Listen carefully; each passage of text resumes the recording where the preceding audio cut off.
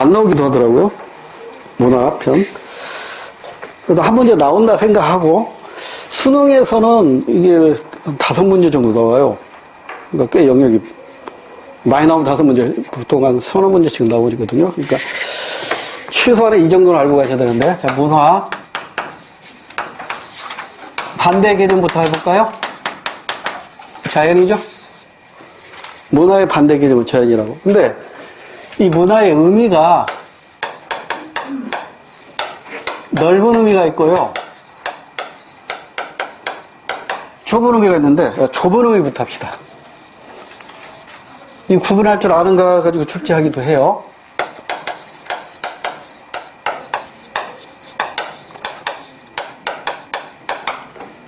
좁은 의미는 이런 뜻이죠.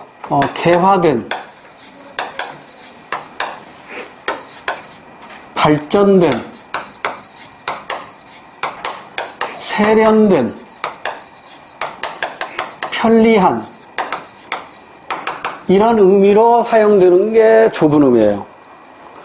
그래서 이 좁은 의미로 사용되는 게 바로 문명의 개념입니다. 문명. 문명이라는 게 바로 그런 뜻이죠. 발전된, 개화된, 편리한 이런 뜻이거든요. 그러면 문화의 반대말은 자연이었는데 문명의 반대말은 뭘까요? 미개하거나 야만적인 것이 바로 문명의 반대 개념이겠죠. 그러면 이건 평가 대상일까요? 아닐까요? 평가 대상이죠. 그러니까 좁은 의미의 문화는 평가 대상이에요.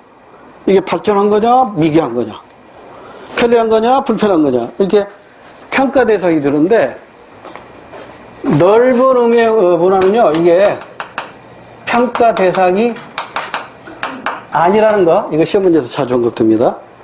왜냐하면 자연을 극복하기 위해서 등장한 게 문화거든요. 자연, 네이처를 극복하기 위해서 컬처가 등장한 거거든요. 그러니까 네이처가 컬처가 되는 데는 중간에 뭐가 끼어드냐면 맨파워가 끼어들어요. 인간의 노력, 인간의 힘, 인간의 의지가 끼어들어요. 그러니까 추운 지방에서는 추위를 극복하기 위한 문화가 나타나겠죠. 더운 지방에서는 더위를 피하기 위한 문화가 나타나겠죠. 농경사회는 농경생활에 적합한 문화가 나타날 것이고, 유목민 사회에서는 유목생활 하는데 적합한 문화가 나타나겠죠. 그러니까 주어진 환경을 극복하는 과정에서 나타난 역사적 산물이 문화란 말이에요. 그러니까 문화의 반대 개념은 자연이라고. 그래서 인간의 행동은 크게 문화적인 행동과 자연적인 행동이 있어요. 기출문제로 이런 게 있었잖아요. 관습적으로 침을 뱉는 행위하고 생리적으로 침을 뱉는 행위는 달라요.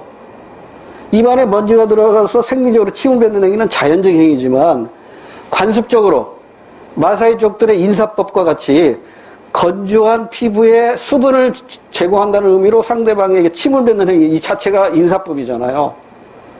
이건 문화가 되는 것이죠. 그렇죠? 곱슬머리는 이건 자연적인 것이지만 파마머리는 이건 문화적인 것이란 말이에요. 그렇죠? 졸음이 와서 잔다는 것은 자연적인 행위지만 졸려서 침대에서 잔다 하면 이건 문화적인 거거든요. 침대는 인간이 만든 것이니까. 그래서 자연이 아닌 것은 전부 문화인 것이죠. 그러니까 인위적인 것은 전부 문화가 되는 건데, 이게 평가 대상이 되는 것과 평가 대상이 아닌 게 있다고. 그러니까 이 넓은 의미는 이거 평가할 수가 없어요. 왜? 추위를 극복하는 문화인데 더위를 극복하는 문화하고 비교할 수 있어요? 이게 차별을 둘 수 있냐고. 그거 안 된단 말이에요. 그래서 넓은 의미 문화는 이 세 가지를 모두 충족해야 돼요. 한 사회가 사회를 단위로해서 나타나요. 그러니까 그 사회가 더운 지방이냐 추운 지방이냐, 농경생활하냐 유목생활하느냐에 따라서 문화가 달라진다고. 따라서 이 사회를 단위로 해서 문화가 나타나기 때문에 문화는 다양성을 가져요. 그런데 어떤 문화가 더 좋다 나쁘다 평가할 수 있다 없다? 평가할 수 없으니까 이거 다른 말로는 상대성을 갖는다 이렇게 표현하는 거예요. 우리나라 보신탕 문화를 비판하면 돼요, 안 돼요? 안 돼요. 무식한 사람들은 비판하죠. 그러나 우리의 농경생활을 이해하는 사람은 절대 비판해서 안 돼요. 보신탕 문화는 생존의 문화입니다. 1년, 2년, 3년, 7년, 6년 들어봐요. 집집마다 굴뚝에서 연기가 끊기는데 7년 만에 연기가 올라와요. 집집마다 막내가 안 보입니다. 그래서 비상식량으로 키우기 시작한 게 개란 말이에요. 처음에는 사냥개로 키웠죠. 유목민은. 그러나 농경민은 비상식량으로 키운다고요. 그러니까 똑같은 개라도 유목민이 보는 개하고요. 농경민이 보는 개는 전혀 다른 거예요. 그러니까 상대성을 가진단 말이에요. 문화는 상대적인 거예요. 이런 특성을 가지고 있고, 그 다음에 그 사회에서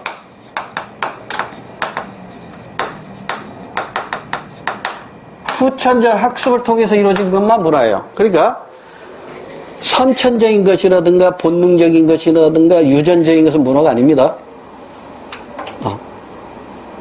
피부 색깔은 이건 문화가 아니란 말이에요. 그 다음에 세 번째, 후천적으로 학습된 것으로서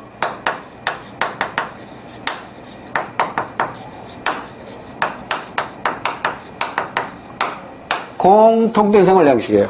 공통된 생활 양식. 그러니까 개인의 버릇은 문화가 될 수 없어요. 개인적인 것은 문화가 될 수 없어요. 그 사회 구성원들의 공통된 생활 양식이 문화가 되는 겁니다. 그 다음에 이러한 문화는 다음과 같은 속성을 가지고 있어요.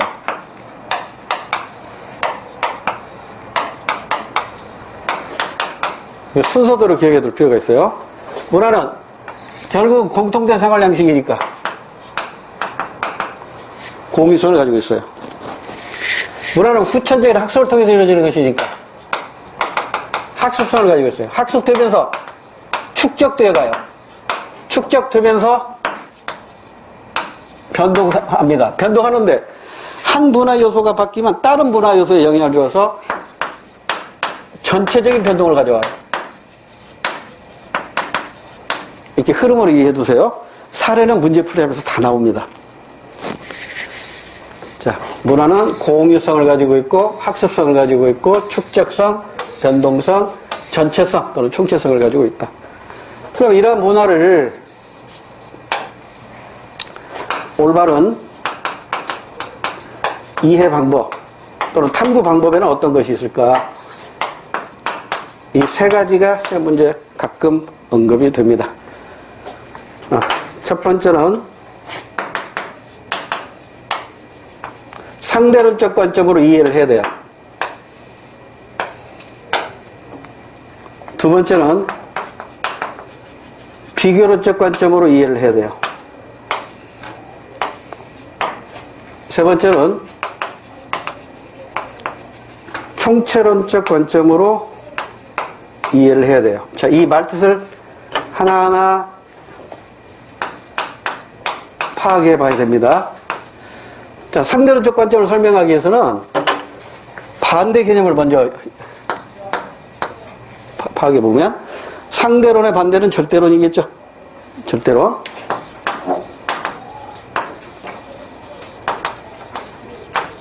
그럼 이 절대론적 관점은 또 두 가지가 있죠. 그러니까 상대론적 관점 아까 얘기했죠. 평가 대상이다 아니다. 문화는 평가 대상이 아니라는 거잖아요. 근데 절대론적 관점은 평가 대상이라고 보는 거죠. 그러니까 우열을 가릴 수 있다고 보는 거예요.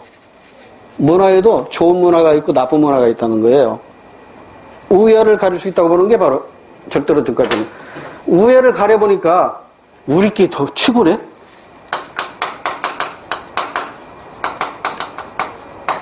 평가해보니까, 우열을 가려보니까 너네께 최고야.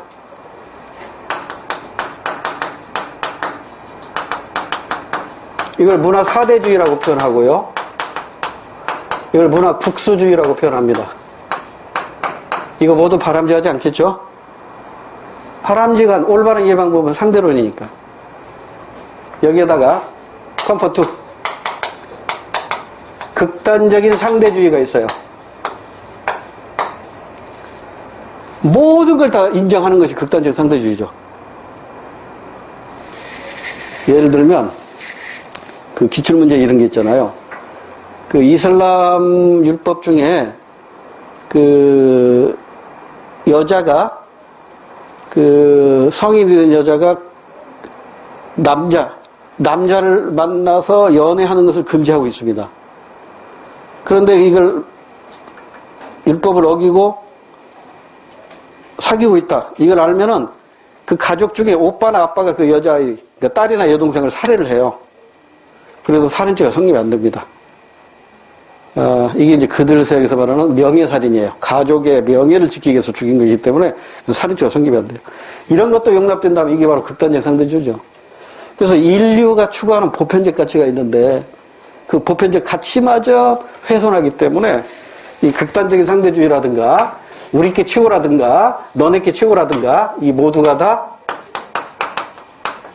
바람직하지 않아요. 그래서 상대론적 관점, 그러니까 그 사유 맥락에서 이해를 해야 돼요. 보신탕 문화를 이해하려면 유목문화 입장에서 볼 게 아니라 농경민 입장에서 봐야 된다니까요. 그래야 그 보신탕 문화를 인정할 수 있잖아요. 그러니까 이렇게 상대방의 입장에 대해서 그 사회의 맥락에서 문화를 보자. 이게 상대론적 관점이에요. 그 다음에 비교론적 관점은 뭐냐면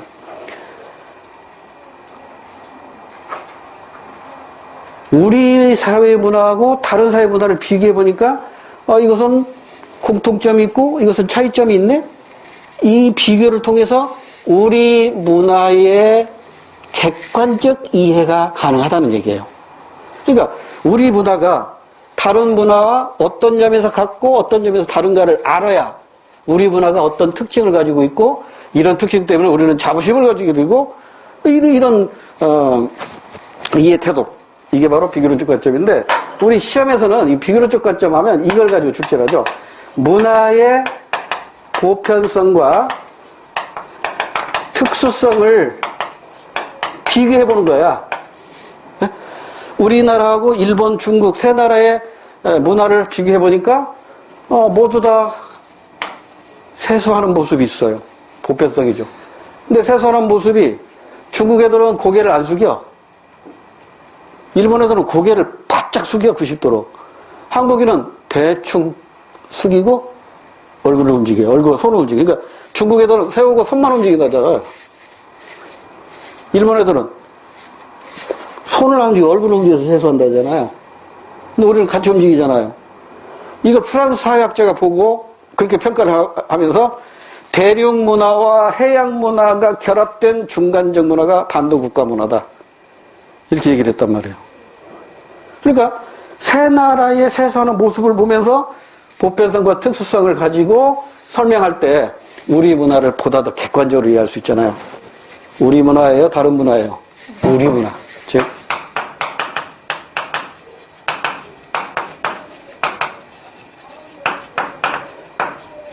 자문화의 객관적을 위해서 필요한 게 비교론적 관점입니다. 그 다음에 이제 이 총체론적 관점은 이거 뭐냐면 각 문화 요소에 유기적인 각 문화 요소는 유기적으로 연결이 되어 있다 보니까 전체 문화는 하위 문화 더하기 하위 문화 서브컬처라고 그러죠. 보다 이퀄이 되는 게 아니라 이렇게 된다는 거예요. 전체 문화의 에너지가 부분 문화를 더한 것보다 더 크다는 거예요.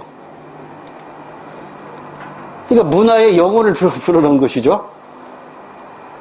문화의 어떤 의식을 불어넣은 거잖아요. 이걸 문화의 총체론적 관점이라고 해요.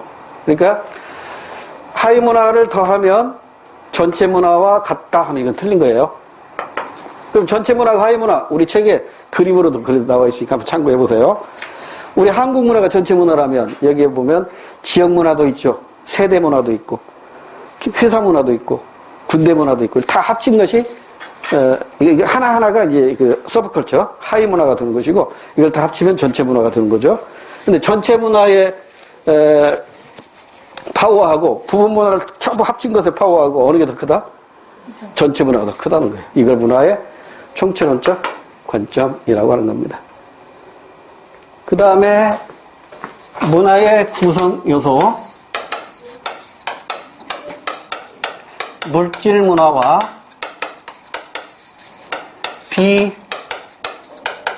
비물질 문화로 나눠지는데, 물질과 비물질 차이는 아시죠? 비물질은 또 정신적인 것과, 즉 관념적인 것과 제도적인 것, 즉 행동적인 것으로 나눠집니다.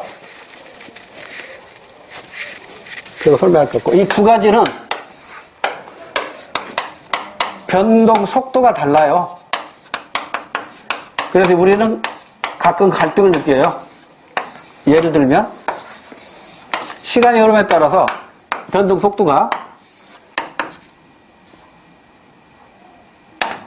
물질적인 이렇게 빨리 변하는데 비물질이 못 따라가는 거예요.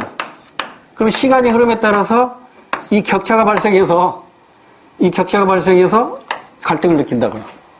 이걸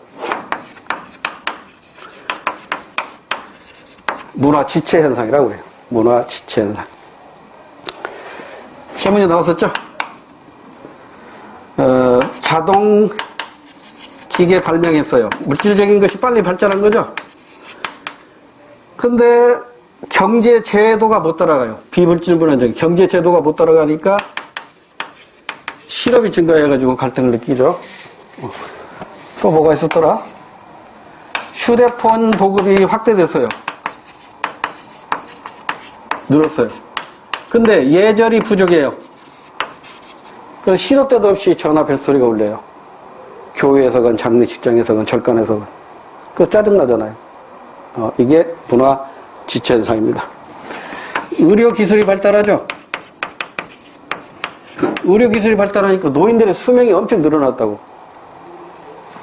그런데 노인 복지제도가 마련이 안 돼가지고 노인 문제는 더욱더 심각해지는 거야.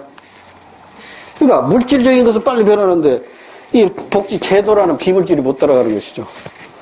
이걸 문화 지체라고 해. 그런데 얘하고 비교할 것으로 요즘에는 이것과 비교해서 출제하기도 해요. 기술 지체예요.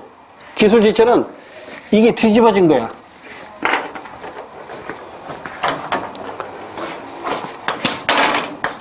비물질이 빨리 변하는데 물질이 못 따라가요. 이걸 기술 지체라고 해. 예를 들어 볼까? 여러분, 장례의식이 예전에는 매장이었다고요. 근데 매장보다 지금은 화장이 훨씬 많아요.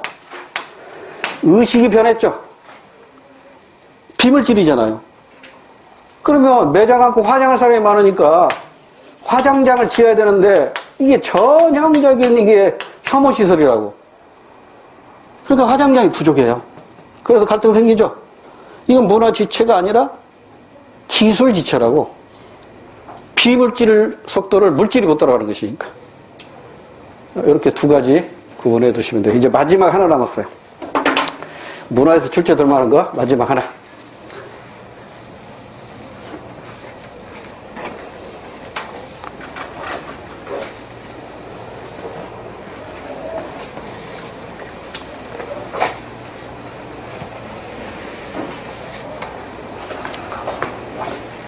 그건 뭐냐면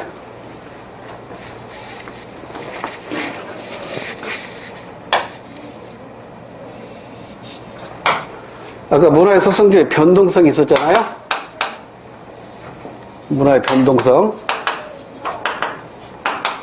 이에 의해서 문화가 변합니다. 근데 그 변하는 요인이 내적 요인이 있고 위적 요인이 있어요. 이것도 이제 우리 문제 풀다 보면 사례가 다양하게 나오는데 일단 뼈대만 정리하자고요.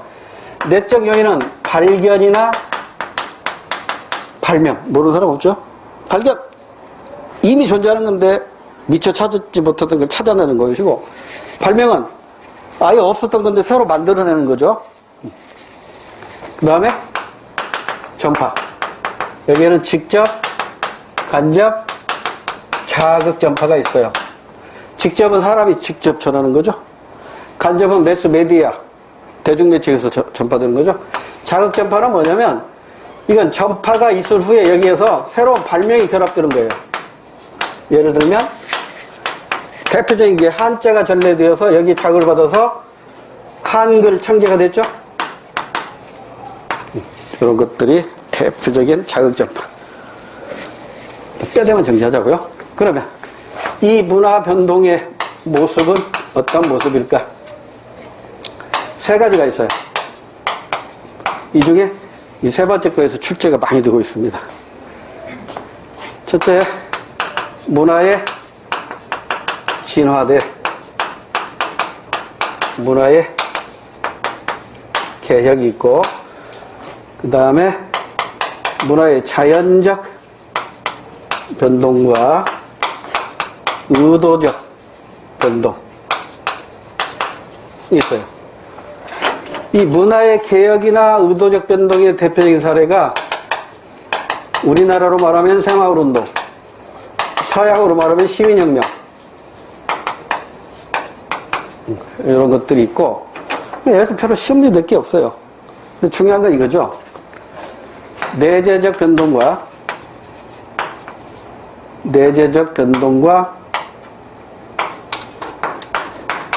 접촉적 변동이에요.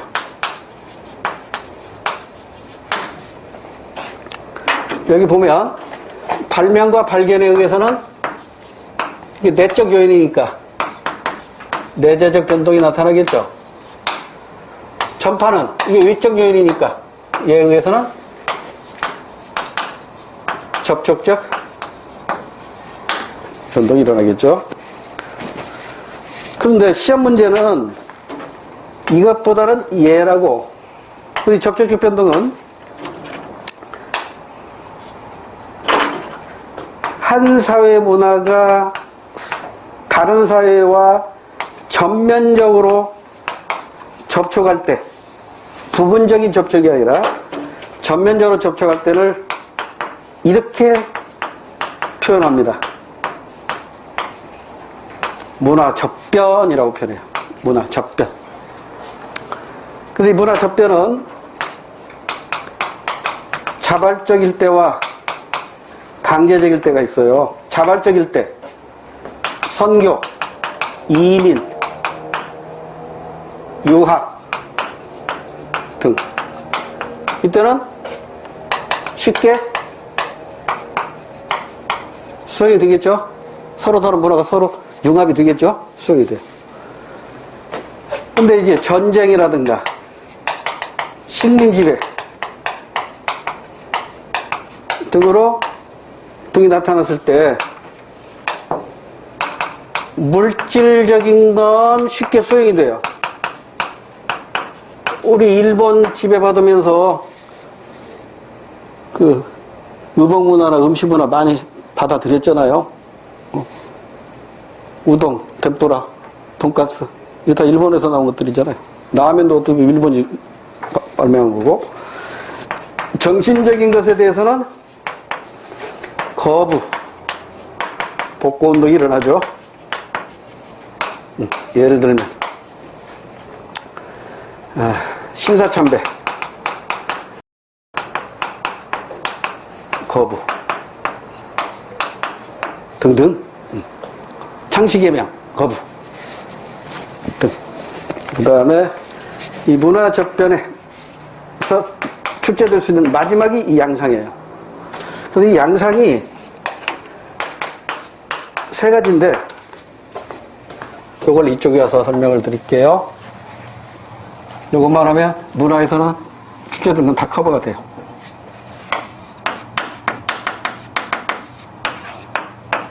첫째 뭐냐면, A 문화와 B 문화가 만났는데 A 문화, B 문화가 그대로 존재하는 거예요. 그대로 존재할 때 이걸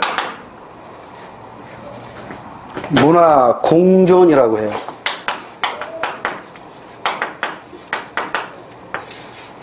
또는 병존이라고도 하는데, 그러니까 대표적인 사례가 차이나타운이죠. 지금 인천역 앞에 차이나타운 많이 죽었다고 그러던데 한때 잘 나갔었잖아요. 그 LA 우리 한인타운이죠. 그 미국 문화하고, LA 한인타운에서 영 한마디 못해서 사는데 지장 없어요. 그러니까 한국 문화와 미국 문화가 같이 공동으로 존재하는 것이죠. 문화 공존, 문화 병존이라고 돼요. 그 다음에 이제 두 번째는 A 문화하고 B 문화가 만났는데 세력이 A 문화가 훨씬 크다 보니까 세력이 약간 B 문화가 A 문화에 통합돼 버린 거야. 문화가 흡수, 동화돼 버린 거야. 하나로 동질화가 돼 버린 거예요. 이걸 문화 동화라고 해요. 예를 들면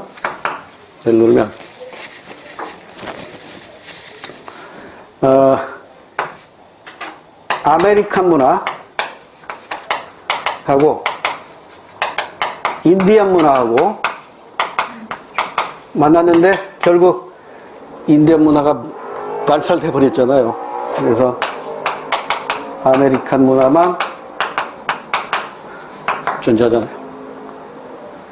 또 우리 동양에서도 중국의 주류 문화인 한족 문화하고 비주류 문화인 오랑캐 문화, 이른바 만주족 문화죠. 만주족 문화가 만났는데 결국은 주류인 함족 문화에게 다 먹혀버리잖아요. 그래서 만주족 문화를 찾아보기 어렵잖아요. 이게 대표적인 사례고요. 그 다음에 이 중에 그나마 시험 문제 잘 나오는 게 요겁니다. A 문화하고 B 문화가 만났는데 C가 나타나요. C가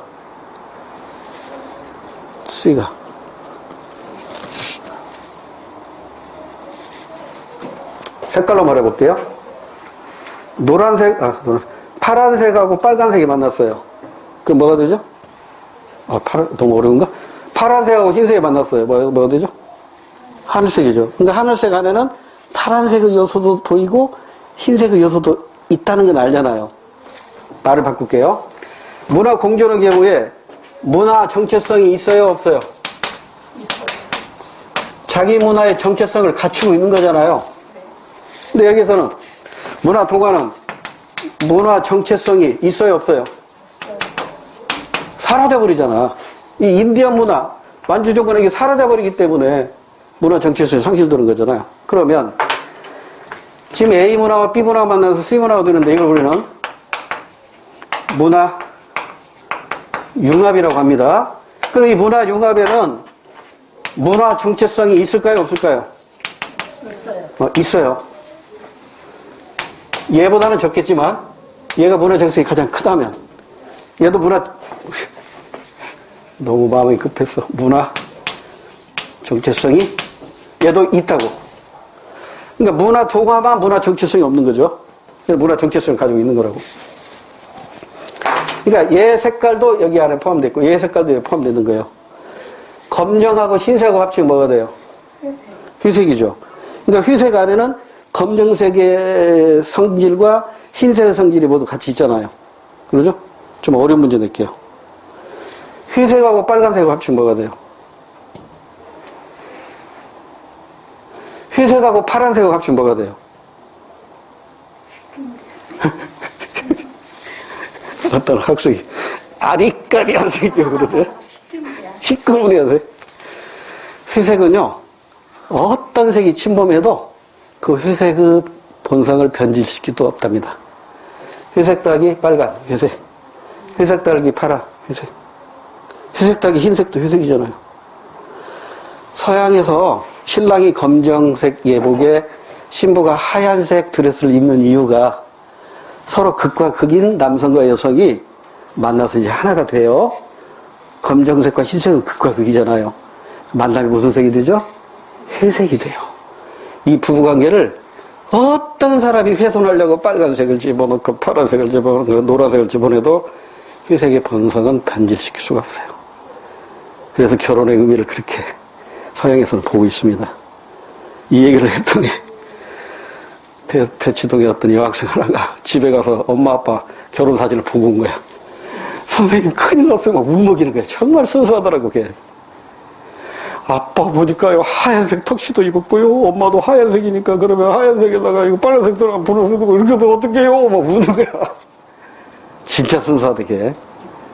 한 달 있더니 학원 그만뒀더라고요. 유학 갔더라고, 바로.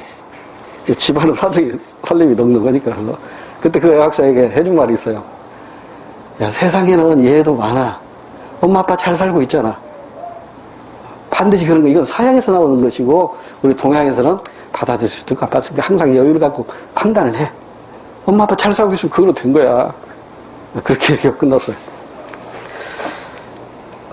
그러면, 이거 한마디만 할게요. 이거 나중에 문제 풀이할 때 나와. 우리 결혼식 보면, 서양식으로 대부분 결혼식 올리죠. 그리고 패백이라는 걸 하죠. 이건 문화 공존입니까? 문화 융합입니까? 나중에 문제 풀이한 시간에 얘기할게요. 이건 보는 각도에 따라 달라요. 보는 각도에 따라 다르고, 이게 문화 공존으로 보면 공존일 수도 있고, 문화 융합으로 보면 문화 융합일 수도 있단 말이에요. 그건 문제 풀이할 때 나오니까 그렇게 하기로 하고요. 사례 몇 개만 하고 마무리합시다. 사례. 이를테면 저기 어디야, 그리스 문화하고 페르시아 문화 이게 서로 다른데 이게 합쳐져 가지고 새로운 헬레니즘 문화가 만들어지잖아요. 헬레니즘. 우리식으로 해볼까? 우리나라. 우리의 전통적인 택견이 있잖아요. 여기다가 중국의 군푸라든가 일본의 우쇼 등 이것이 합쳐져 가지고 새롭게 등장한 것이 태권도입니다. 그러니까 태권도는 우리의 전통 무예가 아니에요. 짜먹는 거야. 융합된 거라고. 그 다음에 요즘 많이 나오죠. 햄버거에다가 김치를 넣어가지고 김치버거가 나오죠. 이런 등의 퓨전 음식 있잖아요. 퓨전 음식. 이 퓨전 음식 자체가 퓨전이 융합이잖아요. 문화 융합이거든. 그러면 자, 지금 문화 변동까지 했어요. 다 끝나는 이제 마지막 하나가 뭐냐면, 그러면 이렇게 문화가 변동할 때 나타나는 문제점이 있잖아요. 첫 번째가 아놈입니다. 그러죠? 문화가 너무 급히 변하다 보니까 혼란에 빠질 수 있단 말이에요. 아노미 현상이 나타날 수 있고요. 두 번째가 문화 지체나 또는 기술 지체가 나타날 수 있어요. 마지막, 문화 정체성을 상실할 우려가 있다는 게 문화 변동의 문제점으로 지적되는 거예요. 여기까지 끝. 조금 부족한 부분은요, 다음 달 9일부터인가? 두 번째 주, 토요일, 단어별 문제. 제가 친절하게 해설까지 다 정답만 일러주려고 했는데, 나중에 복습할 때 좀 유리하게. 그 단어별 문제만 다 이해해도 웬만한 문제는 다 풀어요. 그리고 이제 또 실전 문제 또 같이 많이 해봐야 됩니다. 오늘 강의는 여기까지 하고, 이론 강의는 이제 여기까지 하고, 다음 달에 내년이네요. 새해 복 많이 받으시고 건강한 모습으로 문제풀이반에서 만납시다. 마칠게요. 수고하셨습니다.